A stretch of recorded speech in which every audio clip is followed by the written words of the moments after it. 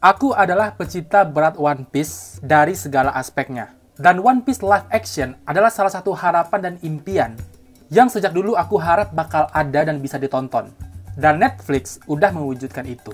Tapi apakah sesuai dengan ekspektasi fans One Piece di dunia?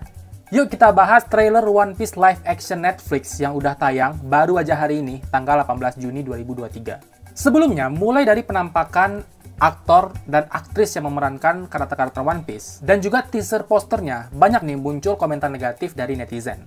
Aku juga salah satu orang yang punya komentar negatif dari hal-hal itu. Karena memang sangat berbeda dengan versi animenya. Seperti Luffy yang pakai sepatu, kepala Going Merry yang kayak Baphomet, badan Nami yang kekar, dan tubuh Sanji yang sekilas lebih besar daripada tubuh Zoro. Itu berbeda dengan animenya. Dan walaupun penjelasan untuk sepatu Luffy, kenapa dia pakai sepatu, itu udah dijelaskan oleh pihak Netflix. Kalau menggunakan sendal dalam pembuatan film, itu melanggar prosedur keamanan dan keselamatan para aktornya. Makanya dari sendal diganti ke sepatu. Tapi tetap, orang-orang nggak terima dengan penjelasan Netflix. Dan setelah trailernya rilis, beberapa orang masih tetap komentar negatif. Ada yang mulai merubah persepsinya tentang live action ini. Dan juga ada orang yang tetap excited dan masih menunggu filmnya tayang.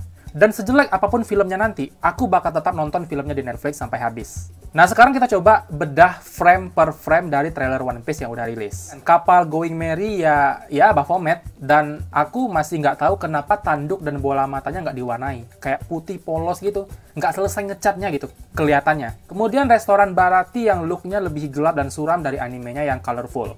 Coba kalian bandingkan ini. Nah, untuk pangkalan Angkatan Laut, tempat Zoro ditahan, menurut aku lebih bagus ini sih daripada animenya. Kayak lebih wow aja gitu. Nah, pertarungan pedang Makenyu, si pemeran Zoro not bad lah. Masih oke, nggak kaku, dan ekspresinya tetap bisa menunjukkan kelasnya samurai atau pendekar pedang ya. Ya, karena Makenyu memang sebelumnya udah pernah juga kan live action film Samurai X ya kalau nggak salah. Dia jadi pendekar pedang juga, makanya nggak kaku. Nah, Nami di sini wajahnya lebih terkesan berani ya. Walau di animenya pas kisah Ice Blue, di awal-awal mula One Piece itu, Nami ini nempel sebagai gadis cute yang nggak bisa bertarung dengan benar. Tapi di sini kita bisa lihat Nami ini ya punya jiwa petarung dan bisa berkelahi.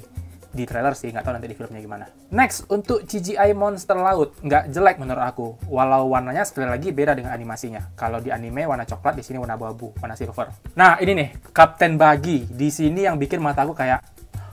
Karena memang first look-nya itu sangat keren menurut aku sih. Berhasil menunjukkan badut yang menyeramkan. Karena memang karakter Buggy di anime ini adalah sosok yang menyeramkan. Tapi di animenya itu justru dibuat konyol dan lucu gitu loh. Ya, tapi walaupun Buggy ini terkenal sebagai kapten yang menyeramkan, dia adalah salah satu karakter yang sangat menghibur di One Piece. Dan semoga di film live action ini, dia tetap punya sifat konyol dan bodohnya.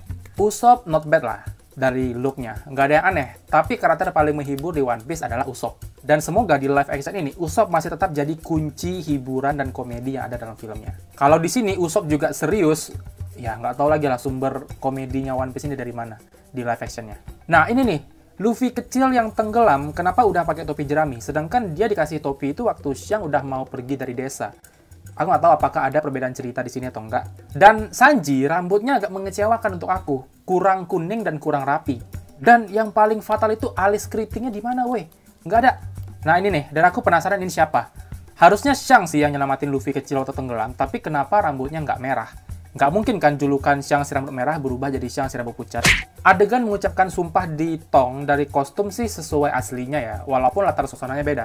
Kalau di anime itu kejadian itu waktu badai, jadi langit gelap, di sini terang benderang. Dan yang terakhir ini adegan yang kayaknya waktu Luffy ngalahin Alvida karena jurusnya pistol. Latar waktunya di malam hari, sedangkan di anime itu siang hari. Dan pengucapan gom-gom pistol dalam bahasa Inggris di adegan ini itu langsung bikin aku ingat dengan game One Piece PS2, One Piece Grand Adventure, karena di sana dubbingnya memang bahasa Inggris, dan untuk telinga aku, pengucapan jurus dalam bahasa Inggris itu jadi nggak aneh lagi, karena udah biasa dengar.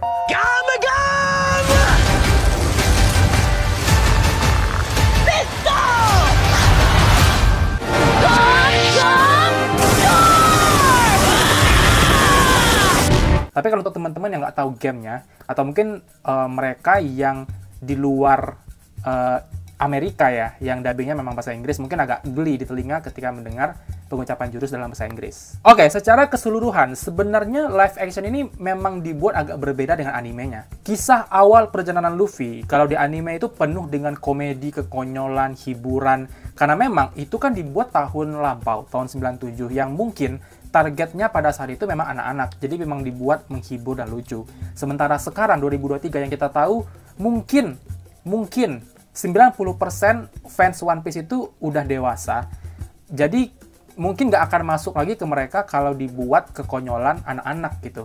Makanya di film live action ini dibuat lebih menegangkan, lebih seru, dan dibuat bener-bener real dunia bajak laut. Itu menurut pandangan aku ya.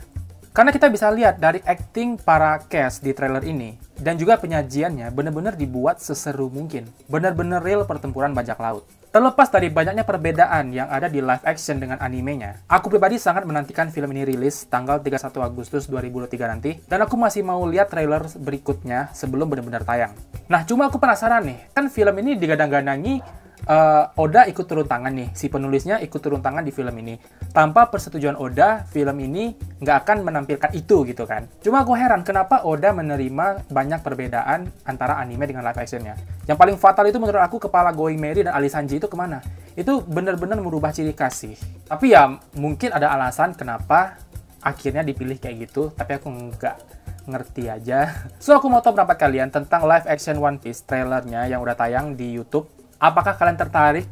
Apakah kalian tetap nggak tertarik dan skip filmnya? Coba tinggalkan pendapat kalian di kolom komentar.